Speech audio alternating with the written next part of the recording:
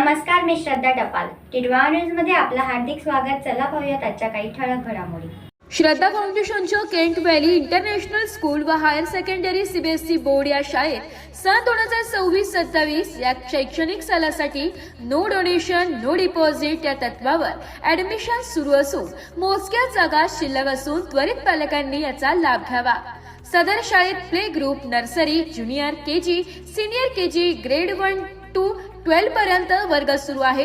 सदर शाळेत CBSE, ICSE, state board ही माध्यमिक उपलब्ध असून advance science lab, math lab, computer lab, robotic lab, खेळाचे मैदान, टर्फ मैदान, शाळेच्या स्वतःच्या बसेस उपलब्ध असून मुलांच्या सुरक्षिततेसाठी सीसीटीव्ही, जीपीएस, बस ट्रॅकिंगची सुविधा पुरवली जाते.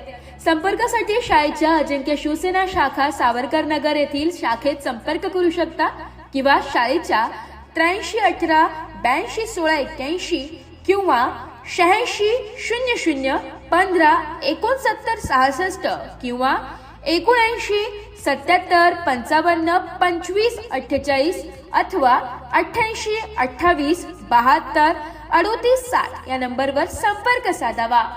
मोहण्यात अल्पवयीन मुलींशी अश्लील चाळे करणारा पोलिसांच्या ताब्यात. कल्याण तालुका पोलीस ठाण्याच्या हद्दीतील मोहणे येथील 2 अल्पवयीन मुलींशी अश्लील चाळे करणाऱ्या एका इसमास टिटवाळा पोलिसांनी ताब्यात घेतलाय. सदर घटनेतील अल्पवयीन मुलीच्या आजीने दिलेल्या फिर्यादीनुसार त्यांची 13 वर्षाची नात आपल्या घराच्या बाहेर एका दुचाकीवर बसली होती.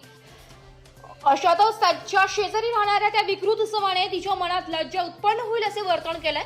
सदरील बाब त्या अल्पवयीन मुलीने तिच्या आई व आजीस सांगितले. सदर घडलेल्या गोष्टीबाबत चाळीमध्ये चर्चा करीत असताना आणखी एका 15 वर्षीय मुलीसोबत ही असाच प्रकार दिवाळीच्या वेळेस घडला होता. याबाबत त्या 13 वर्षीय अल्पवयीन मुलीच्या आजीने टिटवाळा पोलीस ठाणे गाठून रीतसर तक्रार देऊन गुन्हा दाखल केलाय.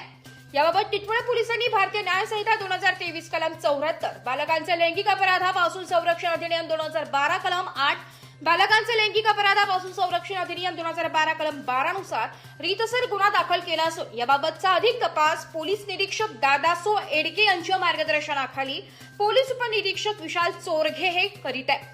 दरम्यान सदरील घटनेमुळे परिसरात संतापाची लाट उसळली आहे. Bureau report, Titwala news, Titwala. तर या होत्या आजच्या काही ठळक घडामोडी. उद्या पुन्हा भेटू याच ठिकाणी.